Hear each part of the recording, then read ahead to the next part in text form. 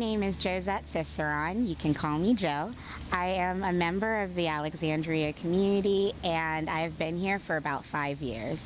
The Inclusion Network essentially became my home. It gave me a safe space to be myself, to be amplified, and to be able to share my story and say the things that I like to say.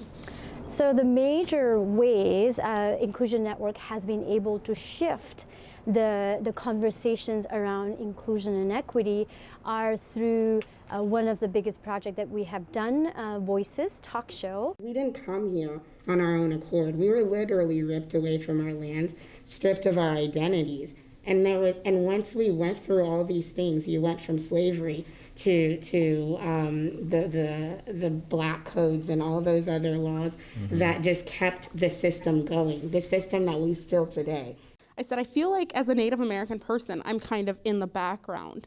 People Native Americans aren't in the media. It's really just blacks and whites. So I kind of feel like I'm just like back here in the shadows, like no one really thinks about me. So I know, and I see the pain. I see that look in our eyes when I see them across from the Walmart or in line somewhere. I know what that feels like, to feel so lonely. And I can tell you, while it might not look like that in a 97, 98% white community, but there are doers here, and we're that.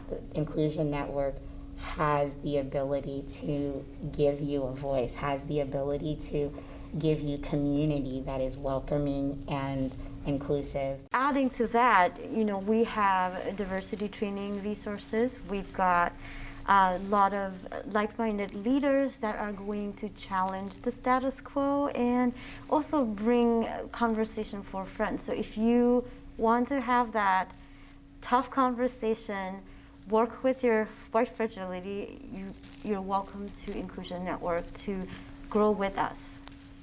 The other way Inclusion Network has been able to expand our work is through the Speakers Bureau, our educational piece within Inclusion Network, where we actually focus on training businesses, organizations in Alexandria community. So we kind of see it that where we've got this is somebody else's perspective. We could go on and on, right? But the visual, of course, is that there are some things that are more obvious. Here we say behaviors, race, language, actions, gender, and style. There are some that are underneath that we may not, first of all, see. Physical abilities, life experiences, religion, culture, sexual orientation, thoughts, perspectives, values, age. Hi, my name's Scott Kent. I'm a member of the Alexandria Police Department here in Alexandria, Minnesota. And why did I become a member? Out of compassion for our community and that empathy that I maybe not always exhibiting, I needed to listen to what our community is saying. And the Inclusion Network is a place where I'm hearing voices that I may not be exposed to in different parts of the community or in my realm of work. Hi, I'm Deb Ledoux, currently chair of the Inclusion Network. I've been with the group for about 14 years now. One of the reasons I got involved is I have a lot of diversity in my family, both racial, religious.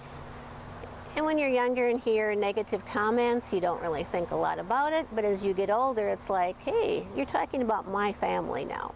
So one of our goals for Inclusion Network is to create critical thinking mass.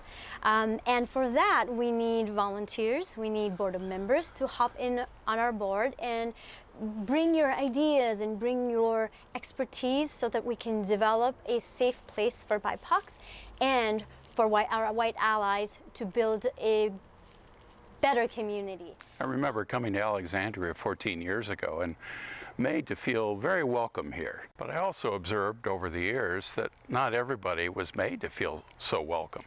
If you came from a different race, religion, orientation, or had a different skin color, you were not always welcomed with open arms. That's where the Inclusion Network came in. It became an opportunity for me to learn about my own biases, assumptions, prejudices, to get in touch with my own white privilege. So Deb, as a part of Inclusion Network team and a chair, what is your goal moving forward? If we want to be a vibrant, welcoming community, we have to include everybody. Everybody needs a voice at the table. Everybody has a unique perspective, and that's what it takes to make a community grow and be healthy.